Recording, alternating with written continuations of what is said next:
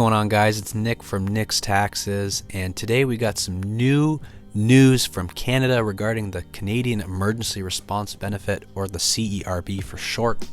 They are saying that those who are applying for the CERB who are knowingly ineligible for the response benefit are now going to face potential fines and or jail time. Now, this is a draft bill and a proposal by the Canadian government for those who are trying to beat the system.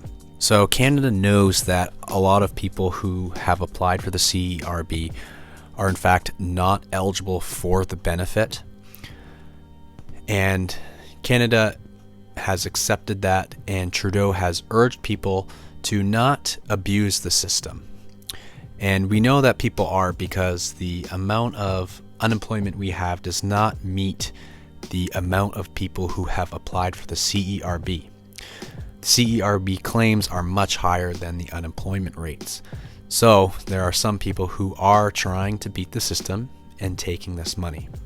What this draft bill does is scare those who are defrauding the program to making sure they don't do that again, or making sure that they pay this money back ASAP. Now, what happened at the beginning when this benefit came out? There was no background checks, no screening, no nothing to those who were applying. And as an emergency benefit, they were just getting this money out as soon as possible, and we're going to worry about the screening and all that kind of stuff later. And they said that this was going to be done during tax time, so that would be April 2021. So basically, if you applied and you weren't eligible, you would owe that money back with your tax return. But now with this draft bill, they're saying that people could be facing some fines that are worth more than the benefit itself, and potentially 6 months worth of jail time. So if you applied for the CERB knowingly, thinking that you weren't eligible, well, you might be in for some trouble. So the government is going to be looking for people who not only remained working, but those who failed to return to work when it was reasonable to do so and when their employer asked them to do so.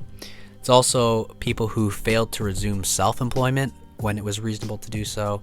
And it's also going to include people who declined a reasonable job offer when they were able to work. So as you know, the CERB was meant to help those people who lost their jobs or lost source of income due to COVID. So if you were out of work for 14 consecutive days due to COVID or COVID-related matters, you were eligible for the CERB. Now, if it's not you and you still applied and got your money, that is someone who is not eligible, and that is going to be subject to repayment at some point in time.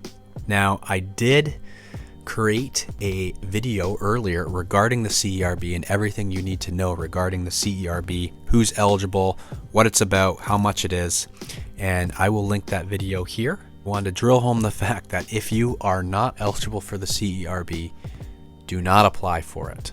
Although you will get the money and you will get it quickly, if you don't meet the criteria, please do not apply. And this new law here that they're trying to propose shows just how serious this is and how important this is to the government, that people don't try to fraud the system. All right, guys, that's all for today. I'm Nick from Nick's Taxes. If you have any questions, please let me know in the comments below, and I will see you guys later.